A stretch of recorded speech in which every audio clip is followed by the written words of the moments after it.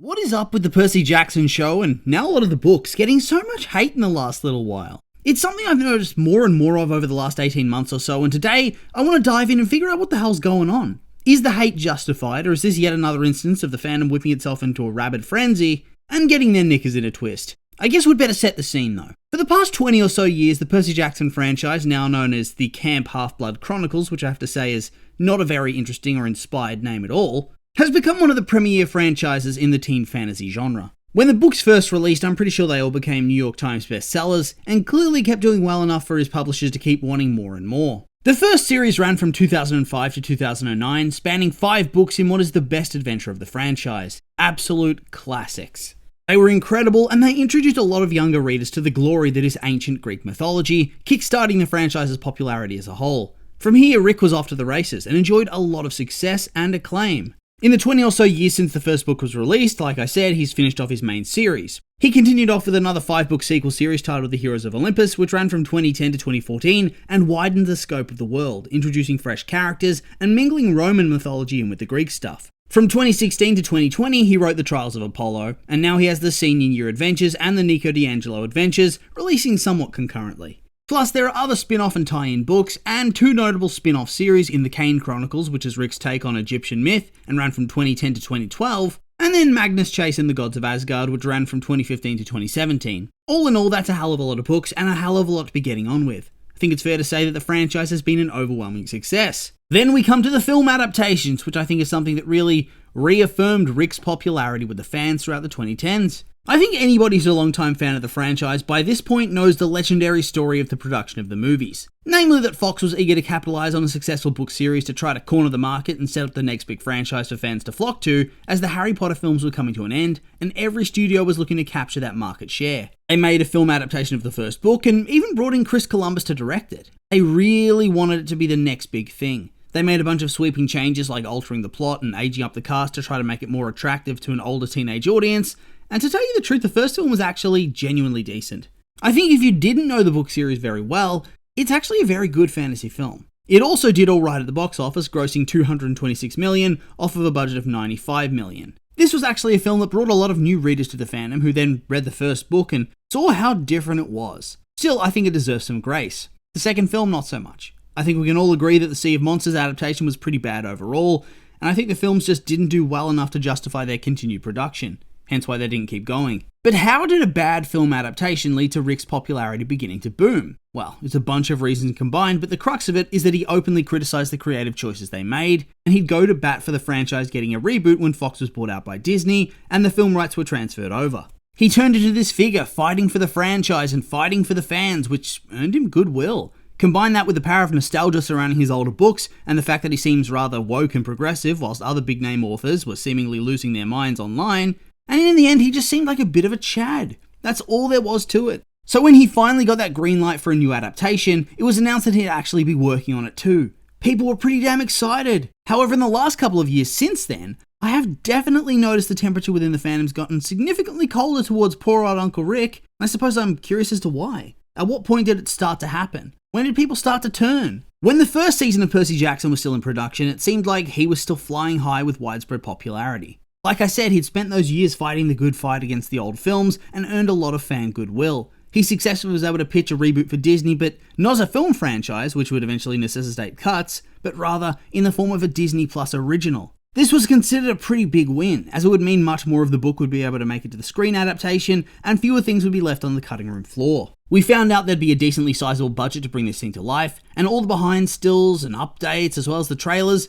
really just had everybody super excited and really optimistic for the future of the franchise. And then the first season dropped, and in the 18 months since, I've seen a marked uptick in criticism for Rick, and the show specifically. Don't get me wrong, I'm not necessarily talking about hate towards the man in general, like I'm sure there are people that dislike him as a person and direct vitriol his way, but that's not what I mean.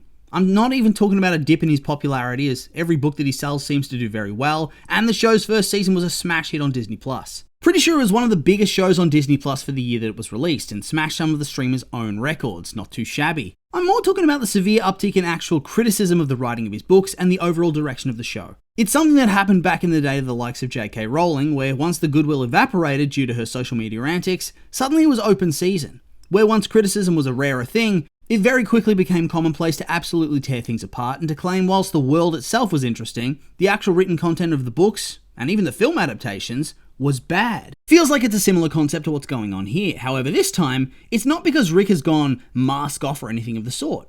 No, I think it's largely due to the adaptation itself and the fact that a lot of diehards have issues with the direction it's gone for whatever reason. Usually, this would be water off a duck's back, after all. It's like with Fox. He sold the rights and thus he doesn't get much of a say beyond some consulting which they clearly ignored. Thus, the fans were able to separate him from the films. However, with this new Disney adaptation, it's pretty clear that he's massively intertwined with it and involved with the whole process. He's constantly saying we when he's talking about the production, and he's always talking about writing decisions, casting, etc., to the point that there can be no separation between them. Suddenly, this has become the definitive adaptation because the author himself is on board and gave his own direct stamp of approval on what's going on.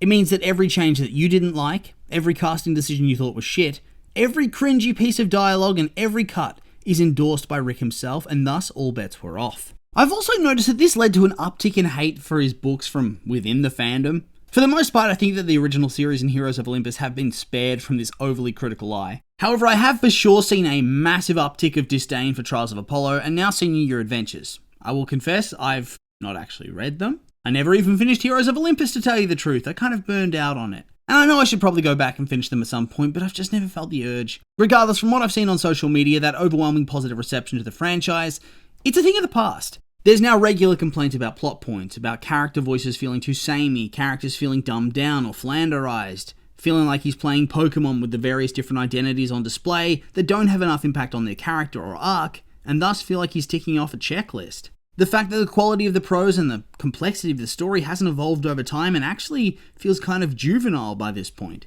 Like I said, I haven't read them myself, so I can't actually comment, but this is what I've seen a lot of online. I know there's been a lot of this sort of criticism for years and years, but I think there's been an upswing in how much you're seeing it. The kiddie gloves have come off well and truly. And I do think a big part of that is about the show. There's a very vocal section of fans online that seem to absolutely hate this thing now. And it started right from the very beginning. Well, maybe not the very beginning, but as soon as casting choices began to come out. The first to rage were the deep book purists. These are the type of people who are currently in the Harry Potter HBO sub, doing an ethnicity investigation for the actress who's been cast as Hermione. The types of people who hope that they'll digitally alter the colour of Harry's actor's eyes, or simply want to force him to wear contact lenses for hours at a time so his eyes look green. They were the first people to really take umbrage with what was going on here.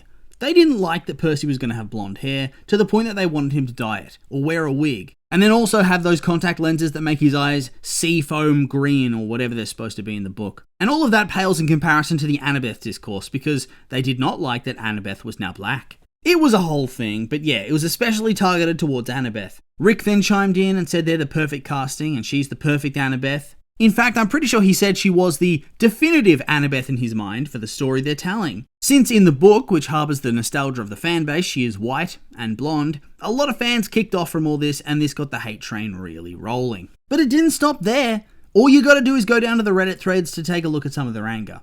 I'll just give a short list of some of the bigger complaints that I've seen kicking around on places like Reddit. Things like the casting being terrible, or the acting, in particular the child actors, being bad. Although I also saw a lot of criticism levelled at the acting of some of the gods. The altering of certain darker plot elements like the Sally Jackson and Gabe relationship being played for laughs, instead of being a relationship that she endures for Percy's sake that involves rape and abuse. There's complaints about the dialogue being too dense with way too much exposition, and the action being subpar and lackluster. Some people thought that visually it all looked rather low budget and trashy. Some people thought the pacing was off or they made baffling story decisions, and then all of this often wraps around to somewhat blaming Rick. After all, the buck apparently stops with him since he's so heavily involved in this adaptation, and I'm pretty sure he's actually done some writing for the show as well. But is this all really that fair? Is it really fair to act like the show's trash like a lot of people have done since it first released?